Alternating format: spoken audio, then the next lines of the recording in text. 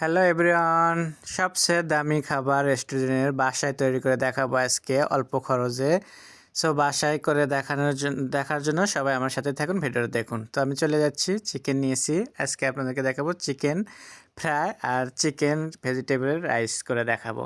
তো চিকেনে আমি মাখানোর জন্য এখানে ডিম নিলাম একটা। তা ডিমটাকে সুন্দরভাবে ফেটে আমি দিয়ে দিলাম চিকেনে। আর এখানে আমি মশলাগুলো এখন অ্যাড করব। তো দিয়ে দিচ্ছি মরিচ পাউডার, আমি এখানে তো মরিচ পাউডার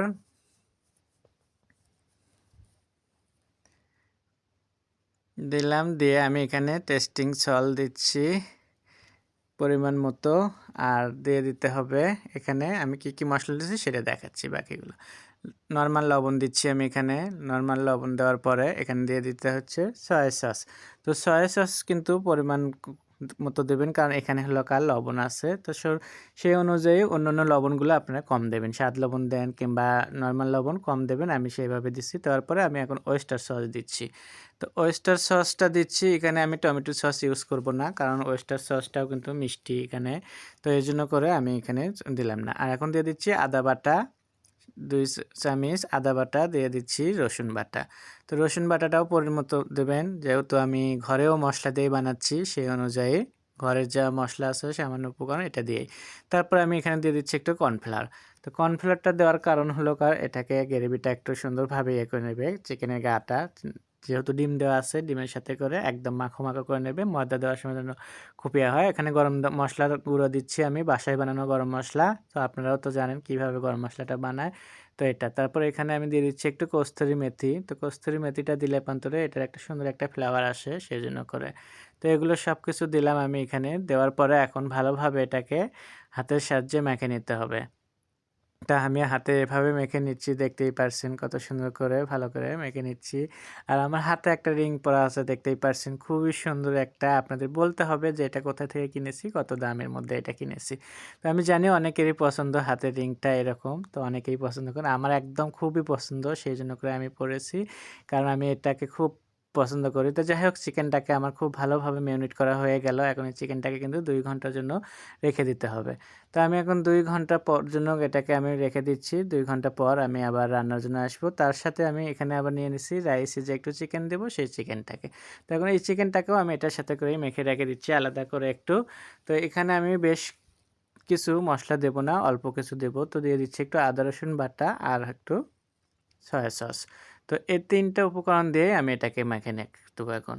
তো এটাকেও যখন আমি দিয়ে দিলাম, এটা কিন্তু খুব ভালো লাগে ফ্রাইড রাইসে কিন্তু সয়া সস কিংবা ফিশ সস দিলে। তো আমি ফিশ সসটা পরে ইউজ করব। তো যাই হোক, এটাকে এখন আমি ভালোভাবে এটাও মেখে নিলাম। তো মেখে নেওয়ার পরে আমি ২ টাকে একসাথে এখন আলাদা করে রেখে দিচ্ছি। তো ২ ঘন্টা পরে আমি চলে আসবো। আস তারপর তার মাঝখান দিয়ে আমি একটু সবজিগুলো কেটে রেখে দিচ্ছি। তো যেহেতু ২ ঘন্টা টাইম থাকবে, তো অন্যান্য সবজিগুলো আমি এইভাবে একটু কেটে নিচ্ছি। সবজিতে আছে এখানে আমার গাজর, পেঁয়াজ, ক্যাপসিকাম আর হলো সসেস নিছি আমি এটা। তো এগুলো আমি এখন এই যে ক্লিন করে নিচ্ছি, গাজর আর পেঁয়াজটাকে ক্লিন করার পরে আমি এটাকে আবার ভালো করে ধুয়ে নিলাম। ধুয়ে নেওয়ার পরে আমি এখন এটা করতে হবে কি, সুন্দরভাবে এটাকে একটু কেটে নিতে হবে। কাটার ডিজাইনটা একজন এক একভাবে দিতে পারেন। আমি একটু লম্বা লম্বা টাইপের দিচ্ছি। আপনারা চাইলে কিন্তু একদম কিউব করেও দিতে পারেন, ছোট ছোট করে সবজি, সেটা আপনাদের চাহিদার উপরে। তো দেখতেই পারছেন আমার কাটা হয়ে গেল।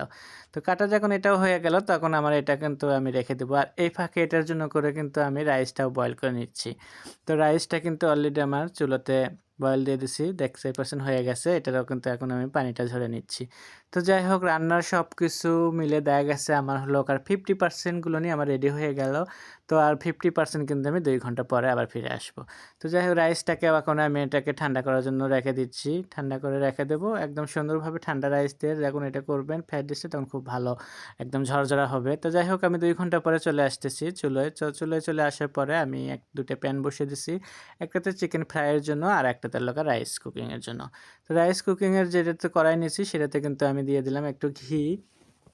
তো ঘি দেওয়ার পরে আমি এখানে দিয়ে দিচ্ছি চিকেন। তো চিকেনটাকে কিন্তু এখন একটু হালকা করে এটাকে ভেজে নিতে হবে।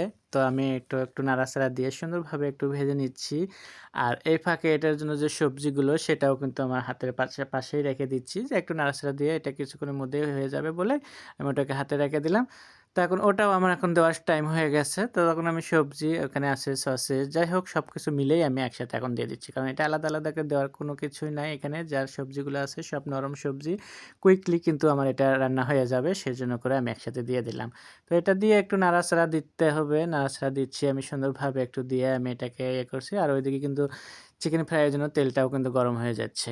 তো চিকেন ফ্রাইয়ের তেলটা গরম হয়ে যাচ্ছে তাই আমি দেখাচ্ছি এখানে ময়দা নিয়েছি। তো ময়দাটা নেওয়ার পরে আমার চিকেন যেটাকে মেখে রাখা হলো, তো ওইটাকে একটু চিকেনের সাথে আমি মেখে দেখাচ্ছি আপনাদেরকে যে কীভাবে দেবেন শুকনো ময়দার সাথে।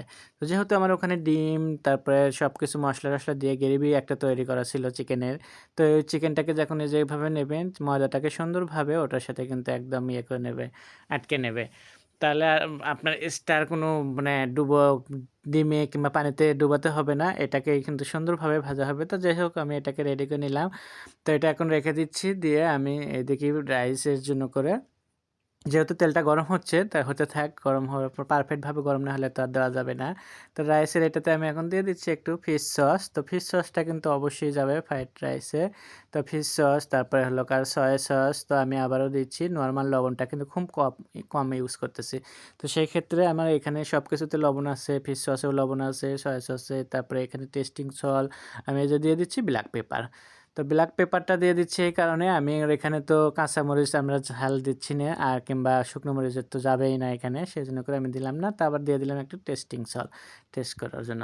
তো এটা দেওয়ার পরে এখন দেখতে পারলাম যে আমার এটা তো হয়ে গেল। তো এজন্য করে আমি রাইস যেটা আগে থেকে বয়েল করে রাখছিলাম 50% বয়েল। তো এটাকে এখন একটু ঝরঝরা করে নিচ্ছি আমি লাড়কি দিয়ে এভাবে নাড়াচাড়া দিয়ে নেওয়ার পরে এখন আমি দিয়ে দিচ্ছি কড়াইয়ে। কড়াইয়ে এখন আমি সবজির সাথে এটাকে সুন্দরভাবে মিশিয়ে নেব। সুন্দরভাবে মিশাতে, মিশাতে দেখতেই পারছেন একদম ইয়ে হয়েছে মানে মিশে গেছে। এইদিকে চিকেনের তেলও কিন্তু গরম হয়ে গেছে। তো চিকেনটাও দেওয়ার টাইম হয়ে গেছে। তো এর জন্য করে ওটার চুলাটা একটু কমে রেখে দিলাম। দিয়ে আমি চিকেনটা এখন দিয়ে দিচ্ছি এখানে আস্তে, আস্তে করে বিসমিল্লাহ করে।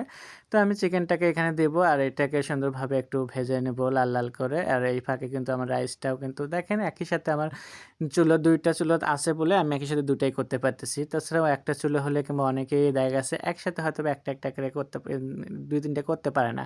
তো এদিকে চিকেনটাও দেখতে পাচ্ছেন দেওয়ার পরে একদম সুন্দরভাবে লাল, লাল হচ্ছে। এভাবে লাল, লাল করে এটাও ভেজে নিতে হবে। আর ওইদিকে মনে করেন যে আমার রাইসটাও কিন্তু হয়ে যাচ্ছে।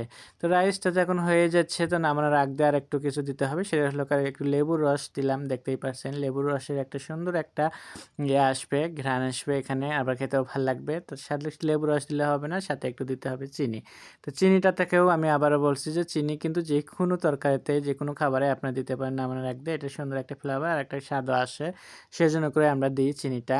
তো চিনিটা দেওয়ার পরে এটাকে আমি ভালোভাবে আবারও একটু নাড়াচাড়া দিয়ে মিশিয়ে নিচ্ছিলাম। মিশিয়ে নেওয়ার পরে দেখতেই পারছেন আর সুন্দর একটা ভাপ উঠতেছে ওখান থেকে। আমার রাইসটা কিন্তু একদম কুকিং ভালোভাবে হয়ে গেছে 90% এখন। তো আমি এখন রাইসটা যখন হয়ে গেল এদিকে চিকেন ফ্রাইটাও দেখতেই পারছিলেন যে আমার চিকেনটাও লাল, লাল একটু হয়ে গেছে। তো এখন চুলাটা একটু অফ করে দিলাম ওটা, দিয়ে আমি এখন চিকেন ফ্রাইগুলো তুলে নিচ্ছি। তো চিকেন ফ্রাইটা আমি ভালোভাবে এখন তুলে নেব। এখানে তুলে নেওয়ার পরে দেখছেন এখন সু কত সুন্দর হয়েছে লাবণ্যময়। দেখতেই যেমন এরকম খেতে তো আরও স্বাদ হবে। তো যাই হোক আমার সবকিছু যখন হয়ে গেল কুকিং তাহলে আমার এটাকে এখন আপনাদেরকে দেখাবো সার্ভ করে।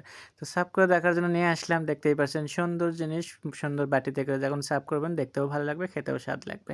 তো আমার নতুন, নতুন ভিডিও দেখার জন্য সাথেই থাকবেন। সবাই ভালো থাকবেন। আল্লাহ হাফেজ।